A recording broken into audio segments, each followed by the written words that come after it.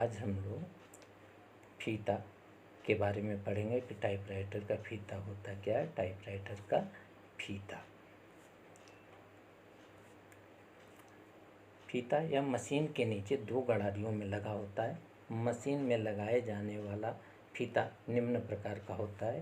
पहला रिकॉर्डिंग फीता, दूसरा कॉपिंग फीता, नंबर 3 हेक्टोग्राम फीता, नंबर 4 बाइक्रोम फीता और नंबर 5 लिथियोग्राफ फीता। आइए देखते हैं। नंबर 1 रिकॉर्डिंग फीता। यह फीता काले रंग का होता है। इसकी स्याही इतनी पक्की होती है कि एक बार टाइप करने के बाद इसे मिटाया नहीं जा सकता है। इसलिए इस फीते से टाइप करने किए जाने वाले कागजातों को भविष्य के संदर्भ में रखे जाने के लिए टाइप किया जाता है। इसकी लंबाई लगभग 20 मीटर होती है। ये देखिए रिकॉर्डिंग फीता है। नंबर 2 कॉपिंग फीता। इस फीते की स्याही कच्ची होती है जिसको मिटाया जा सकता है। इसका प्रमुख उद्देश्य किसी कागजात की कॉपी करना होता है। इसकी लंबाई लगभग 15 से 20 मीटर होती है। देखिए कॉपिंग फीता है। नंबर 3 हेक्टोग्राफ फीता। यह फीता केवल सेटिंग डुप्लीकेटर में प्रयोग किया जाता है। यह लाल, हरा, नीला आदि रंगों का होता है। देखिए हेक्टोग्राफ फीता है। नंबर 4 बाइक्रोम फीता। यह फीता 2 रंग का होता है, आधा लाल और आधा काला। जहाँ 2 स्याही की आवश्यकता पड़ती है इस फीते का वहाँ प्रयोग किया जाता है। जहाँ लाल रंग से शीर्षक और काले रंग से विषय वस्तु को टाइप किया जाता है। देखिए बाइक्रोम फीता है। इस फीते में आप लोग देख रहे होंगे कि आधा भाग काला दिख रहा है, इसका आधा भाग लाल दिख रहा है। तो एक ही फीते में आधा लाल होता है और आधा काला होता है। ऐसे फीते को बाइक्रोम फीता बोलते हैं। नंबर 5 लिथियोग्राफ फीता। यह फीता नायलॉन के कपड़े का बना होता है जिसका प्रयोग टाइप करने के लिए किया जाता है। देखिए लिथियोग्राफ फीता है। अब हम लोग फीता बदलने की विधि पढ़ेंगे। जब पुराने फीते पर स्याही कम हो जाए या फीता कट फट कर खराब हो जाए तो उसके स्थान पर नया फीता लगाया जाता है।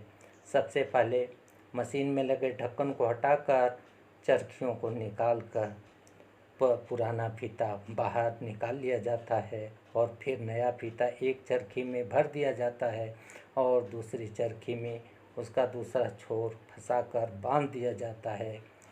और बाइक्रोम फीता लगाते समय यह ध्यान रखना चाहिए कि काले रंग का भाग ऊपर और लाल रंग का भाग नीचे रखना चाहिए। फीता बदलते समय टेढ़ा मेढ़ा लग गया हो तो फीते को उतार कर पुनः सीधा करके गड़ारी में चढ़ा दिया जाता है। देखिए आप लोगों के पास सामने एक मशीन है। मशीन का ढक्कन हटा लिया गया है और यहाँ एक काला भाग दिख रहा है और यहाँ भी काला दिख रहा है। यह फीता गड़ारी होती है। इधर वाली जो फीता गड़ारी होती है वो खाली होती है और इधर वाली फीता गड़ारी भरी हुई होती है। और इसके बीच में जो ये स्थान दिखता है बीच में, वह टाइप गाइड का स्थान होता है जिसके बीच से फीता एक गड़ारी से दूसरे गड़ारी में जाता है। देखिए यहाँ पर 2 गड़ारियाँ आप लोगों के सामने है। एक गड़ारी खाली है और एक गड़ारी भरी हुई है। तो खाली गड़ारी को फीता लगाने के बाद यहाँ पर लगाया जाता है और भरी हुई गड़ारी को यहाँ लगाया जाता है। और लगाते समय ध्यान रखना चाहिए कि फीता को थोड़ा ढीला रखें जिससे कि वह टाइप गाइड से आसानी से गुजर जा सके।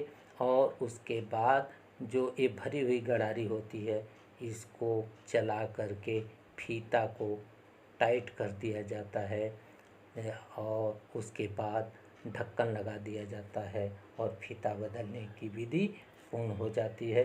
फीता का प्रयोग करते समय सावधानियाँ: अक्षर पटल को हल्के हाथों से दबाना चाहिए। यदि फीता का ऊपरी भाग हल्का हो गया हो तो फीता को पलटकर चढ़ा देना चाहिए। टाइप करते समय ध्यान रखना चाहिए कि फीता रुक तो नहीं गया और अगर रुक गया है तो उसे तुरंत चला देना चाहिए। फीता को कभी भी गर्म स्थान या धूप में नहीं रखना चाहिए, अन्यथा स्याही सूख जाएगी। जब मशीन पर टाइप नहीं कर रहे हों तो मशीन ढक कर रखनी चाहिए। आज हम लोगों ने टाइपराइटर का फीता, उसके प्रकार एवं लगाने की विधि और उसे प्रयोग करने में बरती जाने वाली सावधानियों के बारे में पढ़ा। आशा करता हूँ कि आप लोगों को यह समझ में आ गया होगा। नहीं तो इस वीडियो को पुनः देखें। मिलते हैं कल की क्लास में।